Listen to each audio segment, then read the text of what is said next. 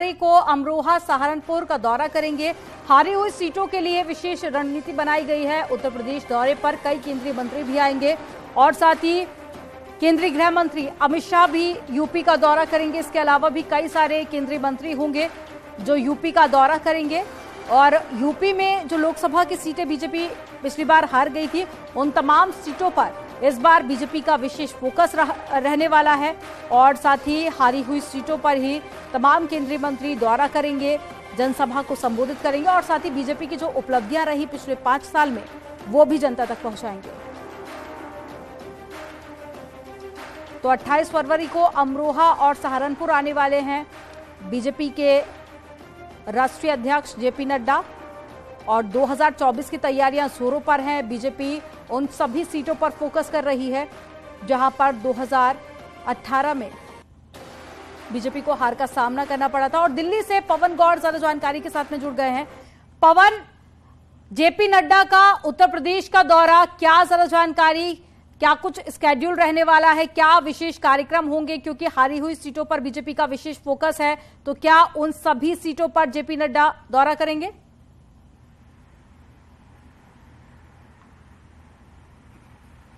देखिए अमनदीप, आपको बताना चाहूंगा कि बीजेपी ने पूरे देश भर में 2019 में ऐसी जो सीटों का चयन किया था जिसमें बीजेपी हार गई थी, हार का सामना करना पड़ा। तकरीबन 160 के आसपास ऐसी सीटें हैं जहां बीजेपी पूरे देश भर में 2019 के लोकसभा चुनाव में हार गई थी। तो ऐसी सीटों पर बीजेपी ने खास रणनीति तैयार की है। उसी के चलते उत्तर प्रदेश के अंदर तकरीबन आज की अगर बात करें तो 14 सीट ऐसी हैं, चूंकि 2 बाई इलेक्शन रामपुर और आजमगढ़ बीजेपी जीत चुकी है, लेकिन बीजेपी फिर भी तकरीबन 16 सीट मान के चल रही है जहां 2019 में बीजेपी हार गई थी। तो उन सब सीटों पर जीत की विशेष रणनीति तैयार की है और खास जिम्मेदारी उठाई है बीजेपी के राष्ट्रीय अध्यक्ष जेपी नड्डा और गृह मंत्री अमित शाह ने। तो 160 सीटों में से आधी सीटों पर ये दोनों ही बड़े नेता दौरा करेंगे, पार्टी के नेताओं के साथ मुलाकात करेंगे, बैठक करेंगे और जो पार्टी की रणनीति है उसकी समीक्षा करेंगे। तो उसी के चलते बीजेपी के राष्ट्रीय अध्यक्ष जेपी नड्डा 28 तारीख को अमरोहा और सहारनपुर दौरे पर रहेंगे। 2019 के लोकसभा चुनाव में दोनों ही सीटों को बीजेपी हार गई थी। तो 3 तरह के कार्यक्रम ये दोनों ही नेताओं के लिए तय किए गए हैं। जैसे कि बीजेपी अध्यक्ष जेपी नड्डा जब 28 तारीख को जाएंगे तो वहां पार्टी के तमाम नेताओं के साथ, जो वरिष्ठ नेता हैं, जो कोर कमेटी है जिले की, उसके साथ बैठकर रणनीति तैयार करेंगे। जो रणनीति पर पार्टी चल रही है उसकी समीक्षा करेंगे। उसके अलावा जो भी देवस्थान वहां आसपास के क्षेत्र में होगा तो वहां जाकर पूजा अर्चना करेंगे और उनके साथ साथ जो कुछ बुद्धिजीवी हैं अगर उस क्षेत्र के अंदर, तो उन बुद्धिजीवियों के साथ मुलाकात करके पार्टी के जो प्रचार प्रसार है, पार्टी का जो काम है, सरकार का जो काम है, चाहे वो केंद्र की मोदी सरकार हो या उत्तर प्रदेश की योगी सरकार हो, उन दोनों ही सरकारों के कामकाज को उन बुद्धिजीवी वर्ग तक पहुंचाया जाएगा, समझाया जाएगा, बताया जाएगा।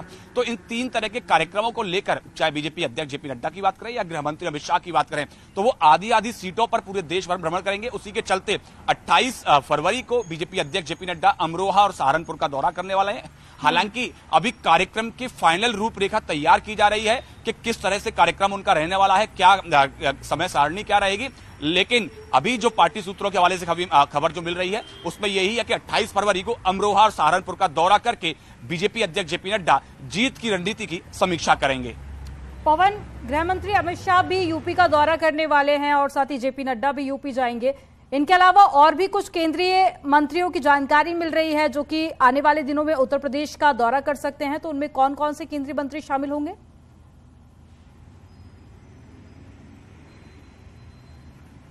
देखिए, जब से इन सीटों को चिन्हित किया गया था तो उसके बाद से ही लगातार कई सारे केंद्रीय मंत्रियों का दौरा जो है वो शुरू हो चुका था। चाहे रेल मंत्री अश्विनी वैष्णव की बात करें या केंद्रीय कृषि मंत्री नरेंद्र सिंह तोमर की बात करें, प्रधानमंत्री कार्यालय के जो मंत्री हैं जितेंद्र सिंह उनकी बात करें, खुद स्मृति ईरानी, महेंद्रनाथ पांडे ये खुद उत्तर प्रदेश से आते हैं, रक्षा मंत्री राजनाथ सिंह, ये सभी नेता जो हैं वो लगातार उत्तर प्रदेश का दौरा कर रहे हैं। कई सारे पार्टी के जो कार्यक्रम हैं उनको संबोधित कर रहे हैं, पार्टी कार्यकर्ताओं नेताओं के साथ मुलाकात कर रहे हैं। उसके साथ साथ जो सरकार की योजनाएं हैं उनके चलते भी कई सारे कार्यक्रमों का आयोजन उत्तर प्रदेश के अंदर किया जा रहा है। तो ऐसे तमाम जो बड़े नेता और केंद्रीय मंत्री हैं वो 2024 का जो लोकसभा चुनाव है उसकी तैयारियों में पूरी तरह बीजेपी जुट गई है। तो उसके चलते तमाम बड़े नेताओं के दौरे उत्तर प्रदेश के अंदर हो रहे हैं।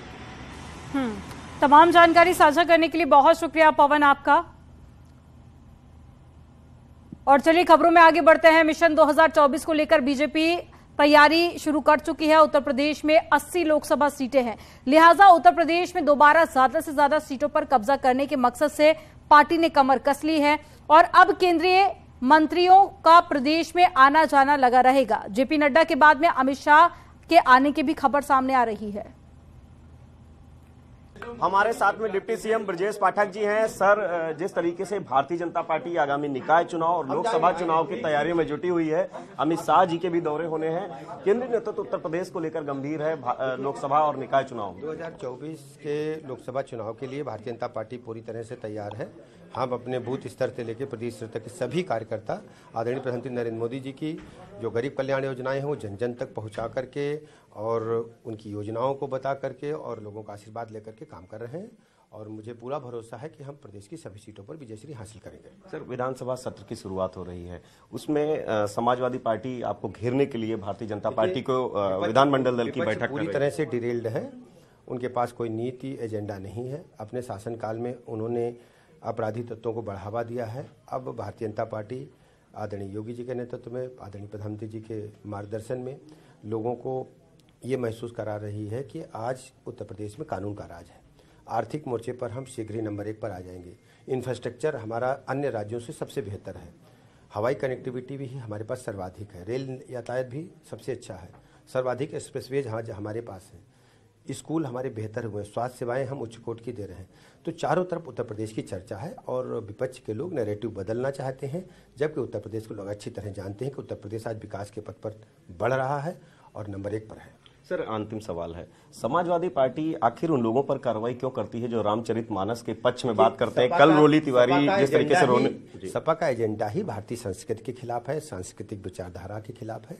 हम भारत माता को आकाश की बुलंदियों की ओर आदरणीय प्रधानमंत्री नरेंद्र मोदी जी की मार्गदर्शन में पूरे बीजेपी के कार्यकर्ता देश के प्रदेश के लोग ले जा रहे हैं। Thank you sir. तो ये थे हमारे साथ में डिप्टी सीएम ब्रजेश पाठक जी। सीधे तौर पर कहना है कि उत्तर प्रदेश और देश को विकास की तरफ ले जा रहे हैं, यही भारतीय जनता पार्टी का एजेंडा है। कैमरामैन मनोज शाही के साथ संकेत मिश्रा, न्यूज 18 लखनऊ। और समाजवादी पार्टी से जुड़ी एक बड़ी खबर आपको बताते हैं। विधानमंडल दल की बैठक